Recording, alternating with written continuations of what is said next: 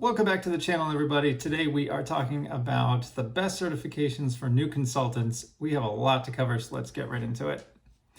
So the intent of this video is not to do a deep dive on individual certifications. Rather, I'm going to give you an overview of quite a few certifications over a couple different categories. And I want to give you my take on what I've seen from being in the industry for about 10 years now. There's a lot of confusion over what to get, when to get it, what's the timing, what opportunities. So really the intent of this session is career strategy through and through.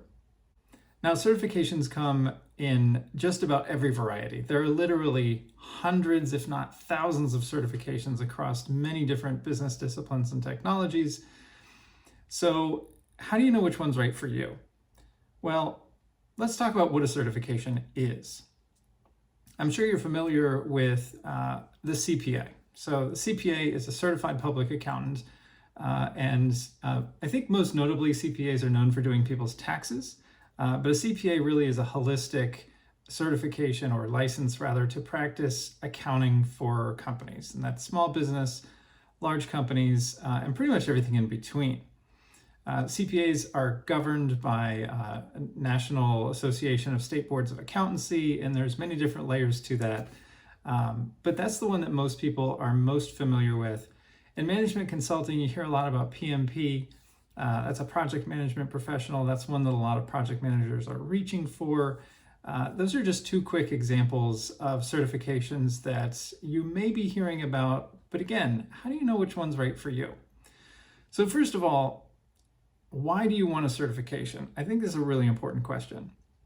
A lot of people talk to me about certifications and they're coming from a place of desperation. They're either trying to get out of something they don't like, or they're trying to get into something they're curious about, or they're trying to make more money. And those may all be valid reasons, but I like to look at it a little bit differently. So there's a whole bunch of reasons why you would get a certification. But what I like to emphasize the most, just like with getting another degree, certifications should give you more opportunity. So this should be about autonomy. It should be a pursuit of your own interest to be more free to operate in your industry. So you may get paid more money for it, but I think it's more important that you are happier and engaging with the material. So I think if we prioritize our genuine interest, then money actually becomes more of an outcome rather than the actual goal. And I think that helps people prioritize certifications, especially once we start getting into the different categories and then specific certifications there. They certainly help you be more competitive candidate. I think it's also important to note that getting a certification doesn't mean your company's automatically going to pay you more money. A lot of times in order to get that money, you need to go to a different company because you can negotiate a higher salary there. That's a separate conversation. I really want to stay focused on this right now, but keep all that in mind. Certifications really are a path to a specialty. And if you don't have a clear understanding of how you're going to leverage that specialty for your own personal reasons in your career, then I think you really need to pump the brakes before you spend any money. Which brings me to my next point. Who's paying? So if you're paying out of pocket, you definitely want to make sure that you're going to get a return on your investment. I think most often in management consulting, people feel a little bit of pressure to get a certification because their companies are offering to pay for it. That might put a little bit of pressure too early in one's career before you really know what your interests are. And again, we'll talk about certifications and what I recommend for new consultants in a minute. But certainly, if you're paying, you want to take cost into consideration. I've spoken to people, someone recently, as a matter of fact, who spent $5,000 getting a certification in a very specialized field, called me and then said, "Now what do I do with it?" That was a little backwards. Fortunately, we were able to leverage that and find the right opportunity for the person because they went for the certification that they're genuinely interested in. But you'd be surprised how many people are getting certifications in things they don't want. Case in point, I personally studied for the CPA, and after taking 2 sections of the 4-section exam and spending it was thousands of dollars on the training course, the prep work, the exam fees, I decided halfway through, I don't want to do this. So I learned the lesson the hard way. It's also important to understand that you're probably going to have to sign up to be a member of the governing body or the organization that's sponsoring the certification. Project Management Institute, for example, for PMPs, the AICPA for CPAs, and so forth. That's all cost to factor in. If you're watching this video because you're in management consulting right now, chances are your company will pay for it. So just make sure you ask the right questions, and more thoughts on that in a few minutes. The last thing to consider before we get into actual certification specifically is some of the costs associated with maintaining a certification. So a lot of people are surprised once you pay to become a member of an organization, you pay for prep material. Maybe you take an on-demand training course. Maybe you're going to a live training course for the exam prep. You pay to take the exam, and then you're certified for a year. And then you have to pay to take more training. Or maybe you're certified for a 2 or a 3 year period, but then you have to recertify. Part of that recertification process requires taking what's called continuing professional education or professional development units, PDUs or CPEs. And generally speaking, everything has a cost associated with it. There are free ways to do it. So depending on which certification you get and which association you join to get it, there may be free options for those CPEs or PDUs. It's just something you want to look into. Okay, now what you've been waiting for. Let's talk about individual certifications and what I recommend for new consultants. New consultants, I'm using that term loosely. That's going to be about 0 to 3 years in the industry. Some people come into management consulting after 10 years of work experience like I did. So make sure you take this advice and kind of adjust it for your own specific situation. I've broken down the certifications into a couple different categories: management, finance and accounting, technology. So let's start with management. So I mentioned earlier the PMP. That's a project management professional. This is the one that you're probably going to hear a lot of project managers are reaching for. There's a lot of marketing material out there that says PMPs make on average of a certain amount of money, well into the 6 figures. People like to reach for those because, well, they pay a lot of money if you get them, but that's actually not true in all situations. So again, you need to take your personal situation, your career path, your company, your clientele, all into consideration. The PMP, though, requires several years of work experience. There's some essays and qualifications. You have to, when you apply to take the exam, you have to give references, and they check your references to make sure that you're telling the truth and that you're actually qualified to have that certification. So I'm not recommending that for a new consultant, but I did want to touch on that one because that one's talked about so prominently in management consulting industry. One of these certifications that comes before the PMP with the Project Management Institute is the Certified Associate in Project Management. So that's you may hear it referred to as a CAPM. So that's kind of like a junior PMP credential. That's my term, not theirs. It requires less work experience, but some. It requires less test prep, but some. Really, that's an introductory certification in the PMP track. So this is management. We're talking about how to manage scope, how to maintain a schedule, and how to manage cost. So some project costing as well. It's a really great curriculum. I don't necessarily see it paying off for a lot of folks in the industry, though. The CAPM isn't what is making people competitive for positions, and I haven't seen any premiums paid for the CAPM certifications. Whereas I definitely see candidates paid a premium for a PMP certification, which sometimes is required for a project management role.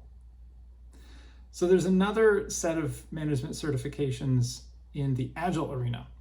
If you're not familiar with Agile project management, it's been wildly popular over the past 10 to 15 years in technology. It's a different way of looking at a project management framework so that you can adapt and kind of innovate on the go while you're performing a new technology implementation. And within Agile, there's several different ceremonies that they go about planning the process, and you may hear the term Scrum Master being thrown around. So PMI has a certification for Agile. This is just one of them. There are many within PMI. But it is the Agile Certified Practitioner. That's going to be your entry-level certification for someone who's working in Agile. There's also the Scrum Alliance has a Certified Scrum Master, that's CSM. Those are both very focused on Agile. I think the PMP is probably a bit more widely applicable, whereas the Scrum and the CSM tends to be much more narrowly focused on an Agile project. So if you're not working in an Agile project, then those probably aren't going to be that applicable to you. IC Agile is the International Consortium of Agile. They also have a certification. I forgot to mention, all of these certifications, again, generally speaking, cost about $1,000. So if your company is paying for it, that's great. If you're paying for it, you want to make sure that you're making the right decision for your own career path there. But everything that I've just mentioned is generally for a few more years of experience. You're looking at about 3 to 5 years of experience to really qualify for those credentials. I think the PMI ACP requires less time, but still there's an expectation that you've been working in the industry for a certain amount of time before you're going to sit and actually test and receive those credentials. So there's another really popular certification in that management category, and that is the CCMP. That's a Certified Change Management Professional. That's issued by the Association of Change Management Practitioners. Association of Change Management Professionals. Again, that expects that you're going to have a couple years of work experience in change management before you get that credential. So you're thinking, what do I do if I'm a new consultant? Isn't this video supposed to be about new certifications? It is, and so that's why I arrive at one that not a lot of people know about. So there's a Change Management Specialist certification by the Management and Strategy Institute. It's $300. I will be honest with you, it definitely doesn't command a premium for pay. Nobody's getting paid more to have this certification, but it doesn't require any work experience. It's a really good entry-level certification for somebody who's interested about change management. Maybe you're paying yourself, or maybe you're working for a company that doesn't have a lot of budget for the training. So it's really approachable, it's affordable, and it gives you a high-level overview of what change management is, which I'm sure will be another video at some point. And so I think it's really great for a newer consultant, because you have a certification to put on your resume in this management category that's largely owned by certifications that require a lot of experience. So let's move on to finance and accounting. So finance and accounting is a big category, and we have a lot of certifications here as well. Remember, I'm only covering the ones that I think are the most popular. This is totally my opinion and my perspective from what I've seen throughout the management consulting industry. I talked a little bit about the CPA earlier. Again, that's kind of that holistic accounting professional. If you're doing financial accounting or management accounting, or if you're doing taxes, or if you're working for a large business or a small business, the CPA is really kind of your do-it-all for the person who wants to be in the debits and credits with the numbers of accounting. If you're in more of a banking role or the banking industry, working with securities, the Chartered Financial Analyst, that's by the CFA Institute. That one is also really popular. The CMA is a Chartered Management Accountant. I'm getting a little tongue-tied here. There's so many acronyms. Excuse me. The Institute of Management Accountants issues that one. So management accounting, this is really where you're you're coming up with cost and pricing for projects. Management accounting is different than financial accounting because management accounting is all about sort of a take on profitability. How much does a product or service cost, and how are we managing our profit margin, essentially, on the back end? What are the inputs? How can we do it more efficiently? This is management accounting. These are all internal figures with management accounting, whereas financial accounting tends to be more of an outwardly facing number, income statements, balance sheets. I'm going way deep on the finance stuff right now. So that's just kind of a once over of the CMA. There's also a CIA certification. That's a certified internal auditor. And just as it sounds, for internal audit, if you're an auditor. And another one for this category would be the Certified Information Systems Auditor. This one is really popular. Systems audits is all about risk and controls and making sure that the systems that are in place work properly and securely and do exactly what they say they're going to do. It's not quite a financial specialty, the CISA. It's a little bit more in that system security side, but it's not a full, I wouldn't describe it as a full like IT security certification. It kind of sits in between. This certification would be good for somebody who's working in financial systems and really wants to have a career in financial systems, and maybe you don't know which way you're going to go, whether you're going to go back to accounting or auditing, or maybe you're going to go further into technology, but really solid career path for CISA certification. All of the certifications that I just mentioned are very committed career tracks. You're not going to get a CPA because you're curious, as I have told you already about me. The CPA certification costs around $3,000, and this is training, exam fees, membership fees, just a ballpark figure. Some people can do it for less, some people do it more. The CFA, CMA, CIA, and CISA all run somewhere between $1,500 and $2,500, so these are big investments. So in the accounting and finance category, what do I recommend for a new consultant? So I would recommend the Certified Fraud Examiner.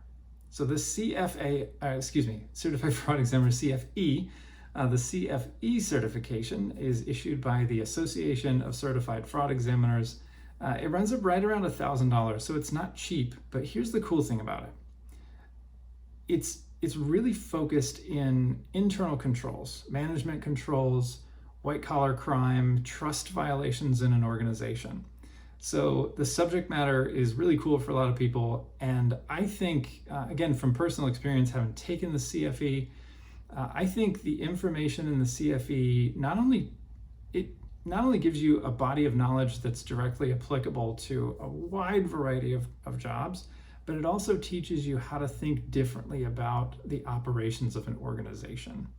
So when you start looking at trust and relationships and the mechanics of an organization, and risk, where risk exists in a process or in a system, it really starts to give you the unique perspective that you need to be a competitive candidate, and also add much deeper insight into the role that you're currently in your position. Again, if you get any of these, it doesn't automatically mean you're going to be given a raise, but it definitely gives you a much greater specialization in your field, and it makes you a better competitive candidate when you're applying elsewhere. So my next category is technology, and this is wildly overwhelming field. For every different major software platform out there, there's a certification track for it. So if you think about Google or Amazon Web Services, certainly Microsoft, ServiceNow for IT service management, or Salesforce for customer CRM, customer resource management, Workday as HR management. There's a certification track for every single one of them. and literally, well into the hundreds, if not thousands, of certifications in technology. So where do you start as a new consultant? When I was at Accenture, the most popular entry-level certifications were either ITIL or one of the CompTIAs. So ITIL, I now just remembered that I didn't look up the ITIL acronym. And to be honest with you, so it's issued by Axelos, and on their website, they don't define the acronym of ITIL. So if you know the acronym and the meaning of the acronym, please comment below, because I'm sure people watching this want to know, and also I didn't look it up, so that would be helpful. But the Axelos website only uses the ITIL acronym, and a quote from their website: ITIL is the most adopted and recognized body of knowledge for IT service management.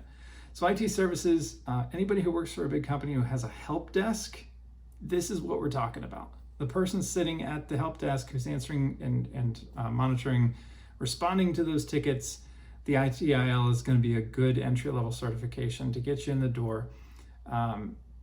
Being a recognized, the body of knowledge, the PMP refers to a body of knowledge, ITIL refers to a body of knowledge. So again, this is going to give you that wide-reaching sort of specialization that you need to work in the IT service industry, or IT service management as a new consultant. It also describes it as an adaptable framework for managing IT services. Some of the job titles that Axelos lists are service desk analysts, service managers, and really everything to do with that IT service capability. So that's where you want to start there. Also, the CompTIA has an IT fundamentals course, and this one stood out to me, and I want to recommend this one, by the way. This is going to be my pick for where to go for entry-level consultants, new consultants.